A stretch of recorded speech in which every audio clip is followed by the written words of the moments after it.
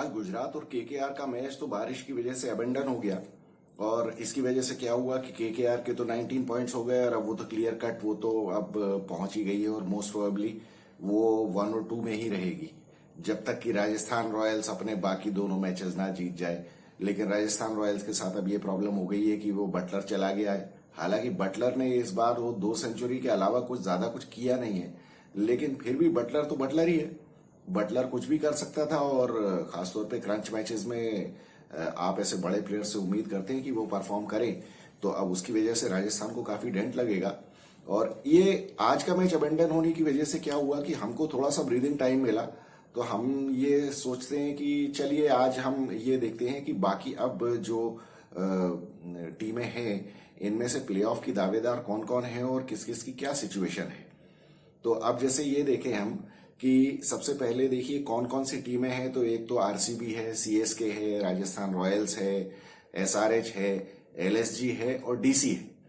तो इन सब में से किस किस के क्या चांसेस हैं। तो सबसे पहले जैसे हम बात करें रॉयल चैलेंजर्स बेंगलुरु की, तो इन लोगों ने अपने 13 मैचेस खेले हैं जिसमें से इनके 12 पॉइंट्स हैं और इनकी नेट रन रेट है 0.387। अब इनका एक ही मैच बचता है सीएसके के साथ और सीएसके का भी एक ही मैच बचा है जो कि अब ये होगा चेन्नास्वामी में।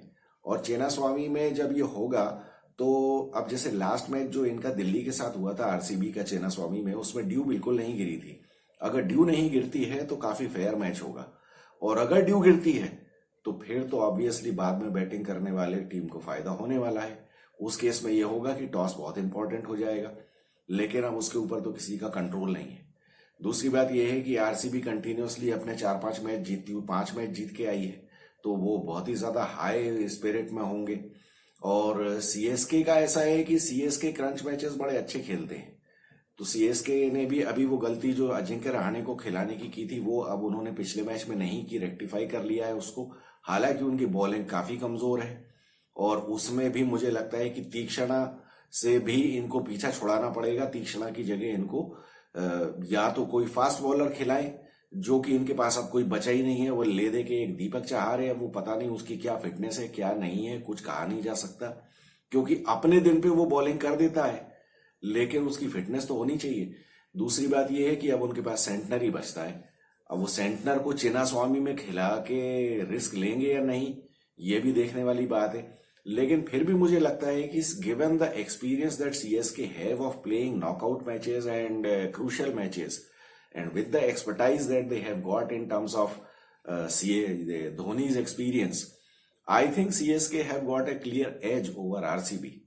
और वो थोड़ा सा आरसीबी वाले ओवरवेल्म भी हो जाएंगे सीएसके से, इसमें तो कोई डाउट नहीं है।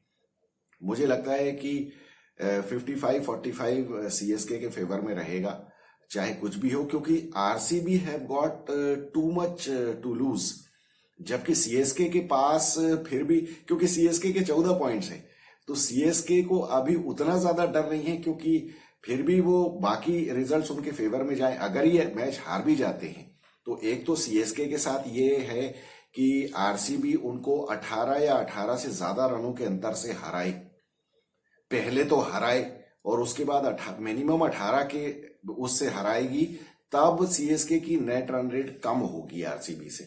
तो वो थोड़ा सा मुश्किल लगता है मुझे, क्योंकि ये क्रंच मैचेस में इतना ज्यादा डिफरेंस होना मुश्किल है। और सीएसके वैसे भी इन सब चीजों का बहुत ध्यान रखते हैं, वो तो पहले मैच से ही ध्यान रखते हैं। अगर वो हार भी रहे हैं तो वो ये कोशिश करते हैं कि वो नेट रन रेट उनकी ज्यादा खराब ना हो। तो ये तो अब लास्ट मैच है वैसे भी ये लीग का, तो फिर दोनों टीमों के पास बिल्कुल बहुत सोचने समझने के लिए सब कुछ होगा कि क्या हो चुका है क्या नहीं हो चुका है। हो सकता है कि कुछ मैचेस सीएसके के फेवर में चले गए हों, तो सीएसके अगर हार भी जाए तो उनको ज्यादा टेंशन नहीं होगा। और अगर आरसीबी को मान लीजिए बिल्कुल डू और डाई वाली सिचुएशन आ गई तो हो सकता है वो क्रम्बल ही कर जाए। दूसरी बात, पिछला मैच ये जो डीसी के साथ आरसीबी खेली है, इसमें इन्होंने इतने कैचेस दिए थे, सीएसके वाले इतने कैचेस नहीं छोड़ने वाले हैं। मतलब बैटिंग इन्होंने की, 187 रन्स बनाए, लेकिन कोई कन्विंसिंग नहीं थे, वो 4-4 कैच छूटे थे उनके। तो चलिए, मुझे लगता है सीएसके का पल्ला इसमें भारी रहेगा। फिर उसके बाद हम दिल्ली कैपिटल्स की बात करें तो दिल्ली कैपिटल्स ने 13 मैचेस खेले हैं जिसमें से उनके 12 ही पॉइंट्स हैं और नेट रन रेट भी इनकी बहुत ज्यादा खराब है, -0.482 है।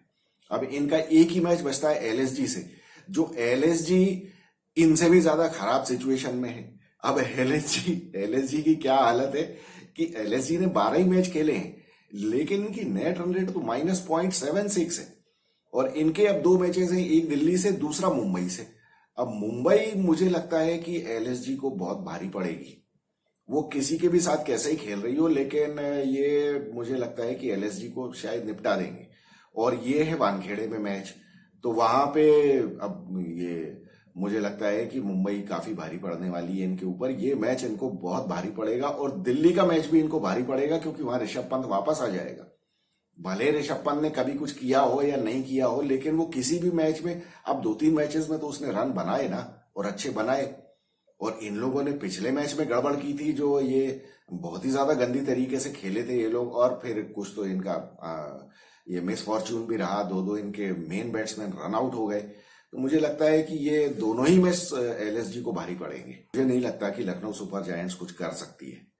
और बाकी इनके जो दोनों मैचेस लखनऊ सुपर जायंट्स के जो हैं, दिल्ली और मुंबई दोनों से, तो ये तीनों ही टीमें इनकॉन्सिक्वेंशियल हो जाती हैं। मुझे नहीं लगता कि इन तीनों मैचेस के रिजल्ट से कुछ बहुत ज्यादा होने वाला है, क्योंकि लखनऊ ये दोनों मैच जीतने वाली नहीं। वैसे तो ये 2 जीते तब जाके इनके 16 पॉइंट्स होंगे, लेकिन वो पॉसिबल नहीं है, मुझे नहीं लगता। फिर उसके बाद सनराइजर्स हैदराबाद के 12 मैचेस हुए हैं और इनके 14 पॉइंट्स है, तो ये बहुत स्ट्रांग पोजीशन में है, इसमें तो कोई शक नहीं है। ये बहुत स्ट्रांग पोजीशन में, इनकी नेट रन रेट भी अच्छी हो गई है अब। और अब इनके 2 मैचेस जो हैं वो है गुजरात से और पंजाब से, और इनके ये है हैदराबाद। तो अब यहाँ मुझे लगता है कि ये तो मतलब ये लोग हरा देंगे, ये दोनों टीमों को हरा देंगे। तो मुझे तो इसमें कोई बहुत ही कम डाउट है कि एसआरएच इन दोनों से मैच हारेंगे, ये दोनों को मैच हरा देंगे। क्योंकि और देखिए क्या है, जीटी अब देखिए आज बाहर हो ही गई है, पंजाब ऑलरेडी बाहर हो चुकी है। तो एक तो वो हो जाता है, मतलब इसमें 2 तरह की सिचुएशंस होती हैं कि या तो सामने वाली टीमें बिल्कुल ही फियरलेस होके आती हैं, लेकिन फियरलेस होने के साथ जीटी में देखिए एक्सपीरियंस की बहुत कमी है, और उनके मतलब बैटिंग में तो बहुत ही ज्यादा वीकनेस है उनकी। तो इनके जीटी के 2 बैट्समैन, और यहाँ एसआरएच में तो सारे ही टुल्ले भरे पड़े हैं, तो जीटी के 2 बैट्समैन कितने रन बनाएंगे, तो वो मुश्किल है। मुझे लगता है जीटी का तो कोई चांस ही नहीं है इनको एसआरएच को हराने का। पंजाब थोड़ा सा इसलिए कर सकती है क्योंकि पंजाब की टीम में भी टुल्ले हैं, और एक मैच तो उन्होंने केकेआर को हराया ही है 260 रन बना। तो अपने दिन में अगर कभी कोई चल जाए तो ये कर सकते हैं। तो मैं ये कहूंगा कि पंजाब का मैच जो है वो और पंजाब की बॉलिंग भी अच्छी, तो पंजाब की बॉलिंग अच्छी होने के साथ अगर मान लीजिए बैटिंग चल गई तो ये एसआरएच को थोड़ी तकलीफ दे सकते हैं। उसको मैं कहूंगा 50-50 का मैच होना चाहिए। तो अपने दिन में तो पंजाब किसी को भी धो सकती है, ये तो हमने देखा है। ये बिल्कुल भिखारियों की तरह, पाकिस्तानियों की तरह खेलते हैं कि ये कभी खेलते हैं तो बहुत अच्छा खेलते हैं, अदरवाइज ये जिम्बाब्वे से भी हार जाते हैं। तो वैसे ही हाल है। तो मुझे लगता है कि जीटी को ये हरा देंगे एसआरएच वाले, तो इनके 16 पॉइंट्स हो जाएंगे, और पंजाब से ये अगर हार भी गए तो भी मतलब इनके 16 पॉइंट्स तो रहेंगे, और 16 में तो फिर क्वालिफिकेशन इनका तय है। फिर राजस्थान रॉयल्स, ये इन्होंने 12 मैचेस खेले हैं, 16 पॉइंट्स हैं, लेकिन तो अब इनको तो रोकना बहुत मुश्किल है। हालांकि पिछले 3 मैच कंटिन्यूअसली हारे हैं ये लोग, तो डिमोरलाइज तो है। संजू सैमसन तो रोता पीटता दिख ही रहा था पिछले मैच की प्रेस कॉन्फ्रेंस में सीएसके के अगेंस्ट हारने के बाद, लेकिन इनकी नेट रन रेट ठीक ठाक है, 0.349 है। और इनके 2 मैचेस जो हैं वो एक है पंजाब से और दूसरा है केकेआर से। अब लेकिन क्या दिक्कत हुई है कि जॉश बटलर चला गया है। अब जॉश बटलर के जाने के बाद क्या होगा? अरे हाँ, इससे मुझे याद आया कि पंजाब से भी तो जॉनी बेयरस्टो भी चला गया होगा। जॉनी बेयरस्टो शायद नहीं गया है, क्योंकि खबर उसकी आई नहीं, अभी आई है सिर्फ जॉश बटलर की और लियम लिविंगस्टन की। अब सिर्फ यही तो गए हैं, या फिर इंग्लैंड के सारे प्लेयर्स चले गए हैं? मतलब कि क्या जॉनी बेयरस्टो भी गया है, ये सैम करन भी गया है? अगर जॉनी बेयरस्टो और सैम करन भी चले गए तो फिर तो पंजाब का कबाड़ा हो जाएगा, क्योंकि ये तो फिर बहुत मुश्किल हो जाएगी इनकी। फिर तो ये टीम कैसे बनाएंगे? पंजाब को तो हरा देंगे, केकेआर से ये लोग हार जाएंगे, क्योंकि अब केकेआर वैसे ही काफी स्ट्रांग टीम है। और फिर अगर जॉश बटलर चला गया तो फिर इनको तो बड़ी दिक्कत होने वाली है कि फिर क्या करेंगे, ये ओपनिंग कौन करेगा, क्या होगा। थोड़ा सा राजस्थान रॉयल्स का मुश्किल है, लेकिन फिर भी ये 2 में से एक मैच तो जीत जाएंगे, और ना भी जीते अगर, तो इनको ये इंश्योर करना है कि ये बहुत ज्यादा अंतर से ना हारें। तो उस केस में इनके 16 पॉइंट्स तो ऑलरेडी हैं, तो ये इनको फायदा होगा कि ये हमेशा का ही इनका काम है, ये शुरू में अच्छा खेलते हैं और बाद में जाके सब गड़बड़ करते हैं। तो ये हमेशा की तरह आईपीएल का इनका हिसाब यही है, ट्रैक रिकॉर्ड इनका यही है, तो वो उस पे खरे उतरे हैं इस बार भी। तो लेकिन फिर भी मुझे लगता है कि अब ओवरऑल अगर हम देखें तो एक तो केकेआर हो गई, दूसरी एसआरएच, तीसरी राजस्थान रॉयल्स, और चौथी जो टीम आएगी वो मुझे लगता है कि सीएसके और आरसीबी में से एक टीम आएगी।